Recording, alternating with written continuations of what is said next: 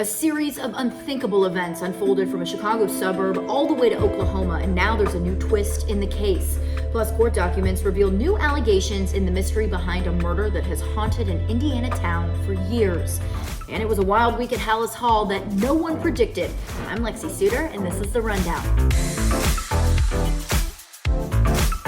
A horrifying case started with a gruesome discovery in Romeoville over the weekend. There was a family of 4, including 2 young boys, and their 3 dogs, all found murdered.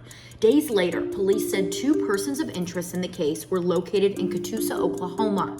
When police spotted their vehicle, the driver attempted to flee and came to a stop in a fiery crash.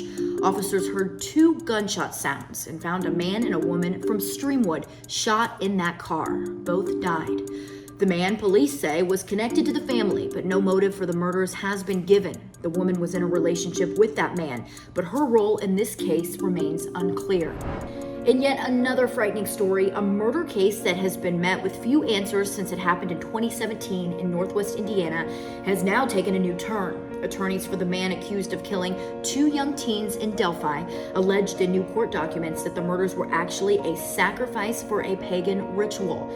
They claim the man arrested in the case has no ties to the extremist white nationalists who practice it. However, the documents describe the crime scene as ghoulish and said sticks and tree branches were placed on and around the girls' bodies, and that there were symbols tied to the cult. Police and prosecutors have not addressed the claims, but previous court filings indicated the man responsible for the girls' deaths admitted to the killings in a call to his wife.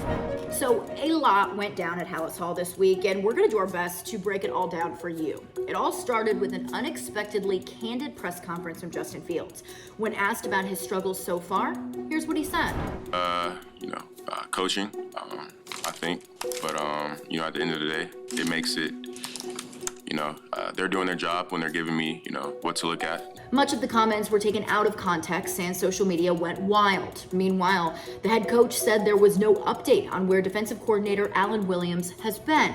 But moments later, intense rumors began making the rounds on social media on what had happened to Williams, including unfounded reports of a raid at Hallis Hall. But before any of that was addressed, Justin Fields decided to call reporters back to the locker room to clarify his comments, saying he wasn't blaming the coaches and he blames himself. Not long after, the Bears announced Alan Williams had resigned due to health and family reasons, and that Hallis Hall was never raided, but that only added more fuel to the social media fire.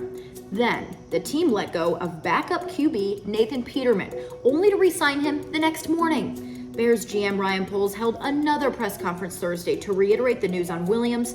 Justin Fields and then Luke Getzky decided to hug it out for cameras at practice, and that's only part of everything that happened. NBC Sports Chicago is bringing us all the updates. Speaking of the NFL, former player Sergio Brown has also been in the headlines as police say they are searching for him and have labeled him a missing person after his mother's body was found near a suburban creek.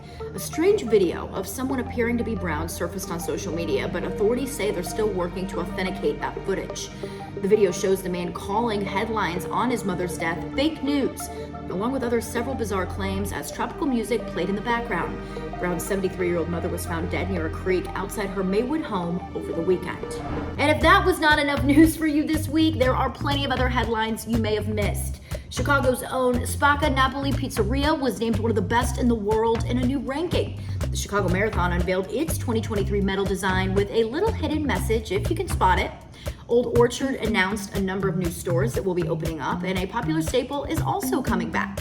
And for you fall lovers out there, this weekend marks the official start of the fall season. It's also a favorite time for Chicagoans, as now through the equinox will be prime time for Chicago Hedge. So get your cameras ready. That's all for now, but stay with us throughout the weekend. We've got you covered as all the news develops. Have a good one.